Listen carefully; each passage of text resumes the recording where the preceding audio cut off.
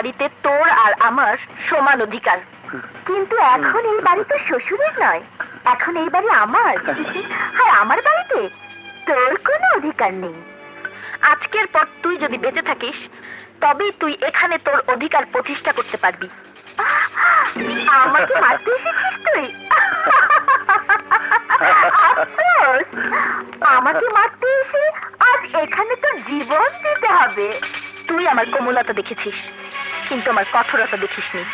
এবার আমি তোকে দেখাবো। আমি ফুলের মতো বউ ছিলাম, তুই সেই ফুল ছিঁড়ে ফেলতে চেয়েছিলি। আর ফুল ছিঁড়তে গেলে কাটার ঘা খেতে হয়। কাল নাগিনী, এই সাজানো সুখের সংসারে তুই বিষাক্ত ছোবল মেরেছিস। তুই আমার স্বামীকে মিথ্যে খুনের দায়ে পুলিশে দিয়েছিস। তুই আমার বাবার গায়ে হাত তুলেছিস। আজ আমি তোর বিষাক্ত হাত ভেঙে ফেলবো। তোর শরীরটাকে ক্ষত বিক্ষত করে তোর গায়ে লবণ ছিটিয়ে দেবো। কিন্তু এত বড় প্ল্যান সাকসেস করতে তুই একাই এসেছিস?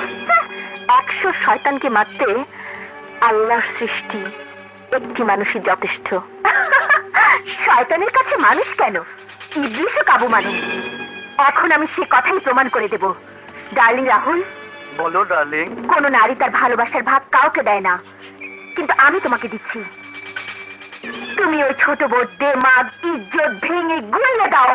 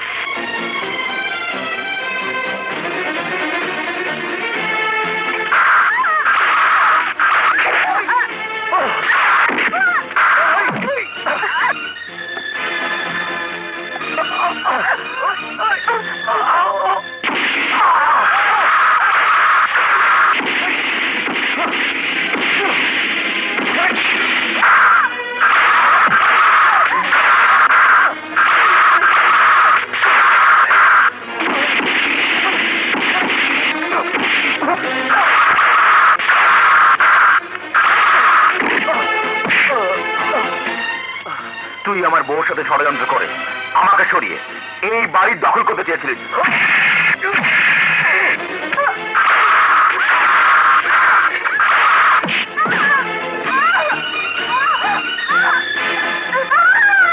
দেখ কেমন লাগে।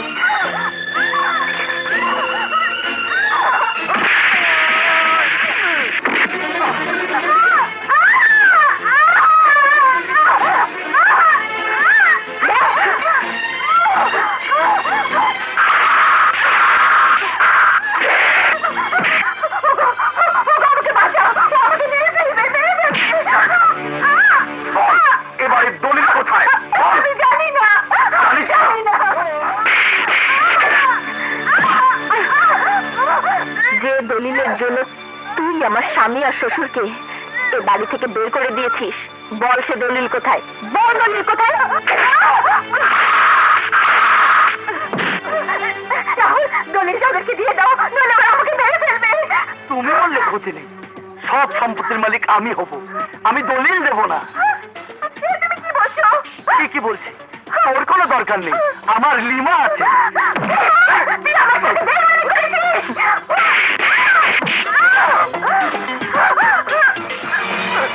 আমাকে মাফ করে দাও বোন।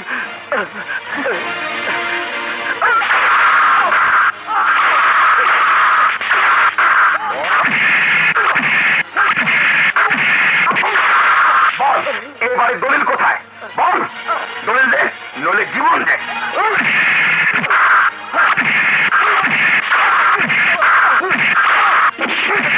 বল দলিল কোথায়? বল দলিল কোথায়? দিচ্ছি দিচ্ছি দিচ্ছি।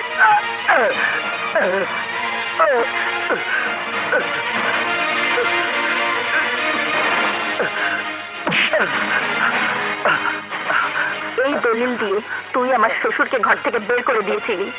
এই দলিলের জন্য আমার স্বামীকে মিথ্যে খুনের অভিযোগে পুলিশে দিয়েছিস।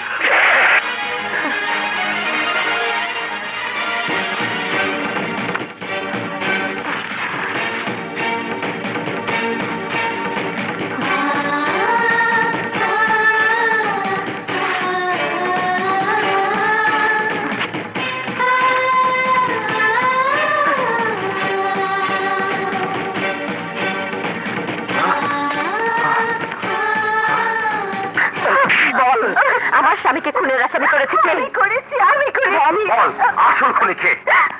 রাহুল ওই লোকটাকে খুন করেছে। সাগর নির্দোষ। কি তুই আমার দোষ দিচ্ছিস? এই, you are under arrest!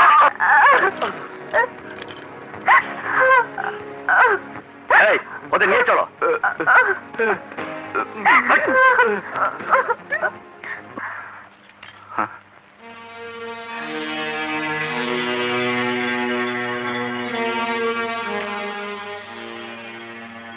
ভাইজান, বাবাকে দেখতে যাবেন না? আমি কোন মুখে বাবার কাছে যাব? কোন মুখে? আমি যে ভীষণ অপরাধী। ভাইজান, আপনি আপনার অপরাধ যখন বুঝতে পেরেছেন, তখন সে অপরাধ আর অপরাধ নাই। চলুন, বাবার কাছে ক্ষমা চেয়ে আপনার অপরাধের প্রায়শ্চিত্ত করবেন ভাইজান। বাবা, বাবা, আপনি এখন কেমন আছেন বাবা? আমি খুব ভালো আছি মা, খুব ভালো আছি। তুমি বাড়ি ছেড়ে চলে গিয়েছিলে, আমার হৃৎপিণ্ড থেমে যাচ্ছিল। তুমি ফিরে এসেছো, আমার সব কিছু আবার সচল হয়ে গেছে। ও আবার এখানে এসেছে কেন? ওকে বলো চলে যেতে। আমার বিষয় সম্পত্তি কিছুই চাই না, ওকে সব নিয়ে চলে যেতে বলো।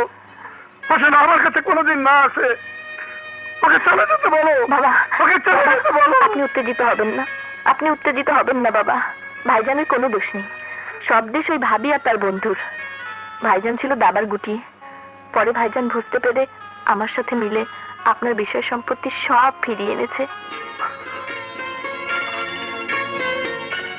সাগর কোথায়?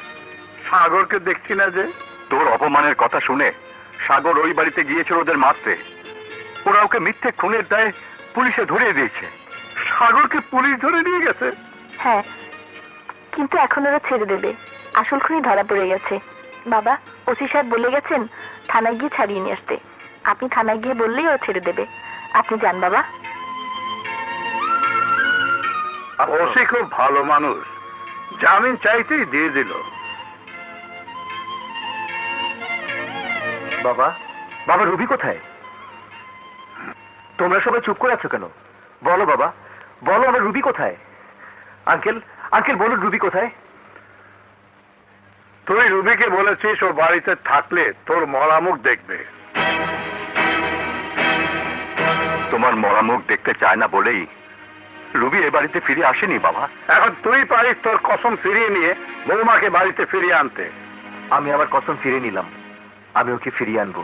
এখন বলো বাবা, রুবি কোথায়? বৌমাকে বিয়ে করে তার যে বাপের বাড়ি থেকে নিয়ে এসেছিলে, রাগ করে বৌমা সে বাপের বাড়িতেই আছে। যা, আবার তাকে বাপের বাড়ি থেকে নিয়ে আয়। আমি রুবিকে ফিরিয়ে আনতে যাচ্ছি বাবা। যাই, যাই ভাইয়া। রুবি!